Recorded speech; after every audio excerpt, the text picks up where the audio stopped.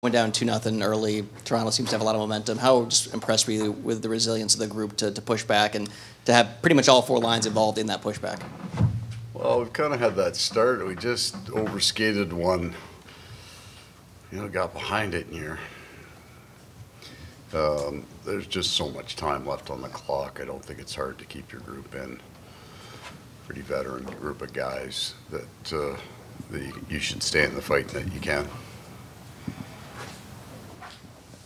Paul, the big decision there to go with the Lundell line against Matthews' line, what went into that? Were you thinking that before the game at all, and how did you like how it materialized? Well, we've done it before. I don't think the Lundell line has looked like that in times past, but we've done it before when you get behind it, just to free Barkov and bend it a little bit. They did a really good job with it. I don't think they're a checking line, right? I don't think they're a trading line. They're pretty responsible guys. But also switch back in overtime because the best have to go against the best, and let them decide, let the players decide. So I don't think it had much to do with the game or the outcome of it. They're a bunch of really good players on both teams. They played against each other. I don't think the matchup had really anything to do with it. We talked to Jonah after the game. He said you told him yesterday that he was going to be playing. Was that whole switch out the fourth line done by design, or was there injury or illness or something? And how did you think that fourth line looked? Oh, they were good. They were good. They looked the way they... You know what happened was in the last month of the season,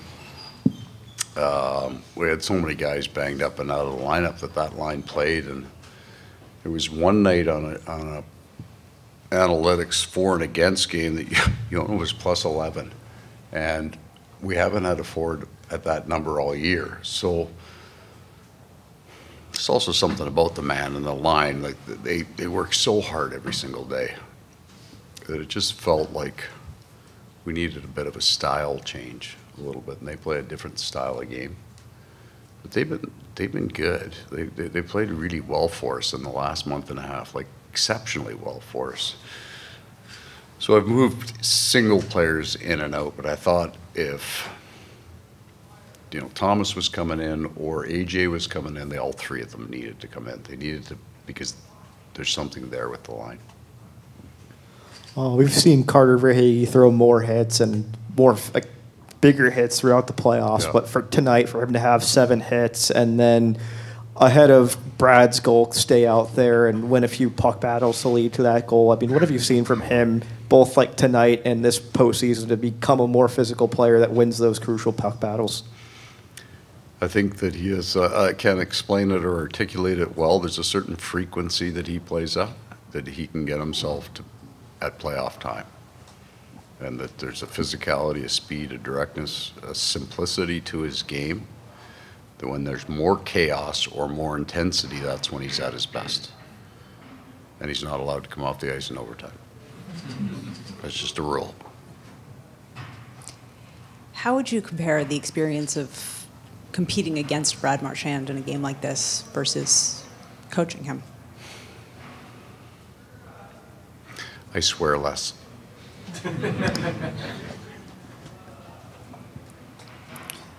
Age is obviously relative when it comes to pro hockey players, but Brad is the oldest player playing in this series right now.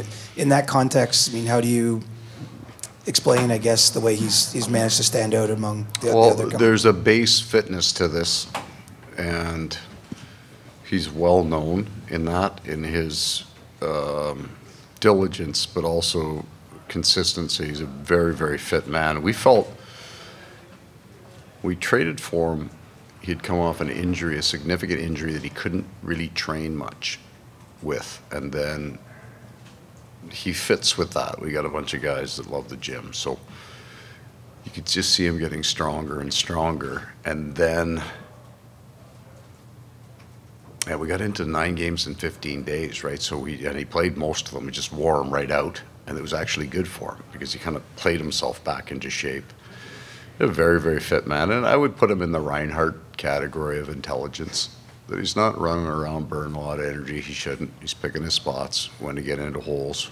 So he's figured it out. He came into this league. It was a way nastier league when he came in, right? And I don't think you survive at his size unless you are very, very smart when to get in and when to get out. Paul, you mentioned in your first question, your first response about knowing there was still time after going down early and all that. But what specifically did you see from the group in the second period that helped you spark that turnaround? The second period was the first block of time we've had in this series that we looked to our identity. But I think that would be true. Paul, you've said many times that once a puck drops, you don't believe momentum carries over from something, but given the stakes of tonight, the way you won it, could there be a little bit of extra oomph when that puck drops on Sunday? It just means you have a better day tomorrow. But the context changes up until the puck dropping tomorrow. You get a 0-3 against any of these. The 8 teams that are left are all legitimate teams. They can all win. You get 0-3 to any one of these 8 teams, you're going to have a hard time getting out of that hole.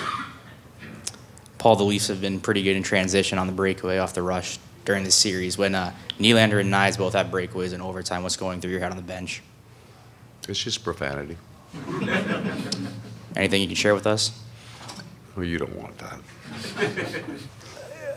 I don't think Bob cares at all about his stats. I truly don't. He never has here. Didn't love his first game, but he's had some bad luck around his own net, right? I mean, we've had pucks bouncing all over the place, off defensemen, maybe some chromatic justice on the game winner based on what we've been doing to him in front of our net. But it doesn't faze him. It doesn't, his emotional level stays intense, but always in control and composed. So it doesn't surprise us when he does that.